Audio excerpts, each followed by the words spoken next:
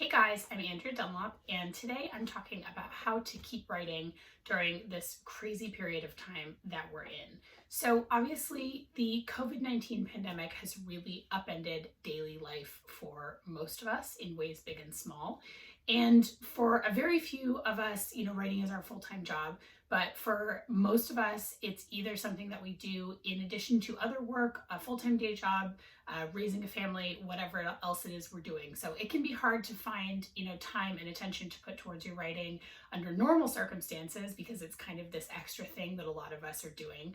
Um, and under these circumstances where everything is really, put under this crazy crunch, it's even harder. So I wanted to talk through today kind of some of the ways that I'm trying to get myself back on track with my writing and some of the ways that I'm trying to kind of shift my thinking about it. For me, my husband started a brand new job really literally the day that everything went into lockdown here in Washington state. And like most families, we don't have any childcare at the moment. So I have been watching Fiona full time during the days now, which is a big shift for me. Before I was, I did have childcare during the day so that I could get my work done. So it's really, turned everything on its head. And we're really in the same boat as everyone else, regardless of whether or not you have kids. This has just put a crunch on everything. So I'm just sharing some ideas about how to get back on track today. So I think the first big thing is to really just accept that things have changed. In the beginning of the crisis, when we first kind of went into lockdown, I was really barreling ahead with all of my projects and trying to kind of keep myself on track with everything, and had this expectation for myself that I would just be working the same way as before, even though we were in the midst of a global pandemic and I had no childcare to speak of. So obviously that expectation is insane. I think, for me, and I'm sure for a lot of us, it was just hard to let go of the idea that things were not going to sort of just go back to normal in a couple of weeks. And of course, now we know that they're not.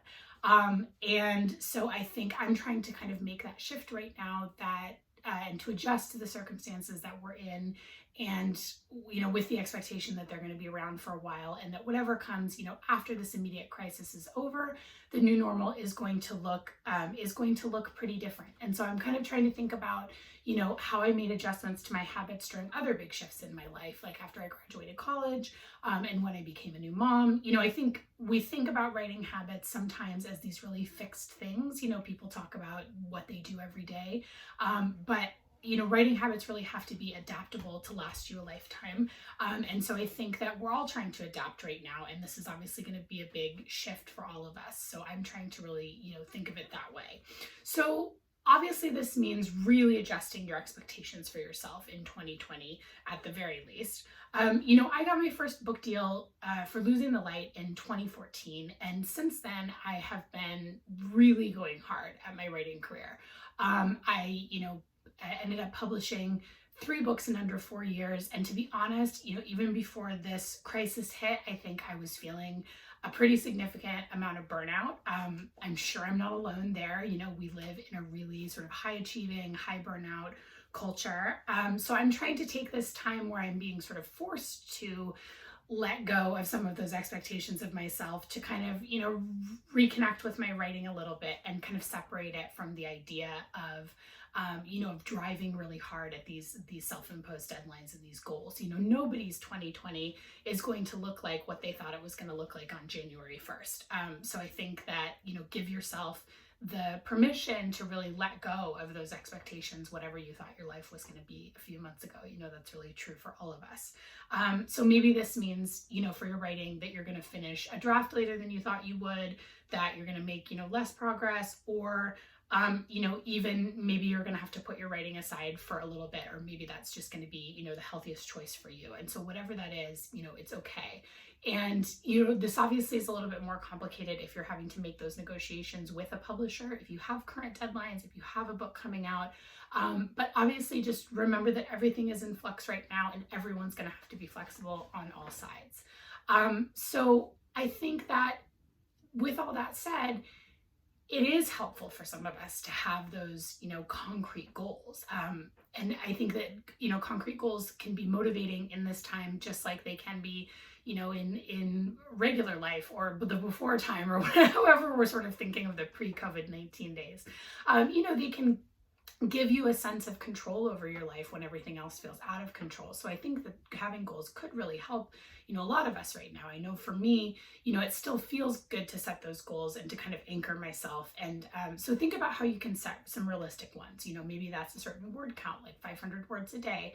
Or maybe that's just being able to, write for a certain amount of time every day. For me, getting up in the mornings and writing for a couple of hours before Fiona wakes up, and I have to kind of take over watching her, that really is helping me kind of get through the crisis. So I'm a big fan of mornings.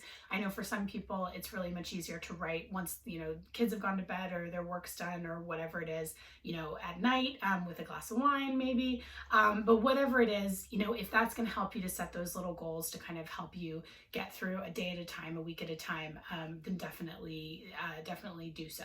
But just keep them realistic and don't sort of compare them with the goals that you might have had for yourself under different circumstances. I think that this crisis does present us a unique opportunity as writers.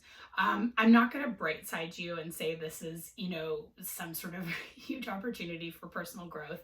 It's a really terrible, scary thing, and a lot of us are feeling a lot of anxiety and a lot of stress about all kinds of parts of our lives. But this is definitely forcing me and forcing a lot of us to slow down and kind of look at what matters to us. And I think writing is the thing that really matters to me. And as I said, it's kind of helped me shift my perspective and reconnect with that in a way. And I think being able to retreat into books, both the ones I'm working on, when I go write in the morning, or what I'm reading, the novels that I read at night before I go to bed, has really given me a lot of solace, and it's given me a way to, escape this crazy reality and this crazy news cycle that we're in.